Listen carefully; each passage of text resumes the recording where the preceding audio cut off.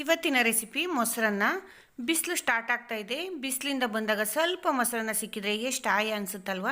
Tiffin ಬಾಕ್ಸ್ಗೂ ಕೂಡ super ಆಗಿರುತ್ತೆ. ನಾನು ಮೊದಲು ಸ್ಟವ್ ಆನ್ ಮಾಡಿ ಒಂದು ಬಾಣಲಿ ಇಟ್ಕೊಂಡು ಬಾಣಲಿಗೆ ಚಿಕ್ಕ ಸ್ಪೂನಲ್ಲಿ 1 ಸ್ಪೂನ್ ಎಣ್ಣೆನ ಸೇರಿಸ್ಕೊಂಡು 1 ಸ್ಪೂನ್ ಕಡಲೆಬೇಳೆ, 1/4 ಸ್ಪೂನು ಜೀರಿಗೆ, ಒಂದು 4 ಒಣಮೆಣಸಿನ್ಕಾಯಿ, ಒಂದು 4 ಹಸಿಮೆಣಸಿನ್ಕಾಯಿ, ಸ್ವಲ್ಪ ಕರಿಬೇವನ್ನು ಸೇರಿಸ್ಕೊಂಡು ಫ್ರೈ ಮಾಡ್ಕೊತಾ ಇದ್ದೀನಿ. ಸ್ವಲ್ಪ ಕಲರ್ ಚೇಂಜ್ ಆಗೋವರೆಗೆ ಫ್ರೈ ಮಾಡ್ಕೊಳ್ಳೋಣ.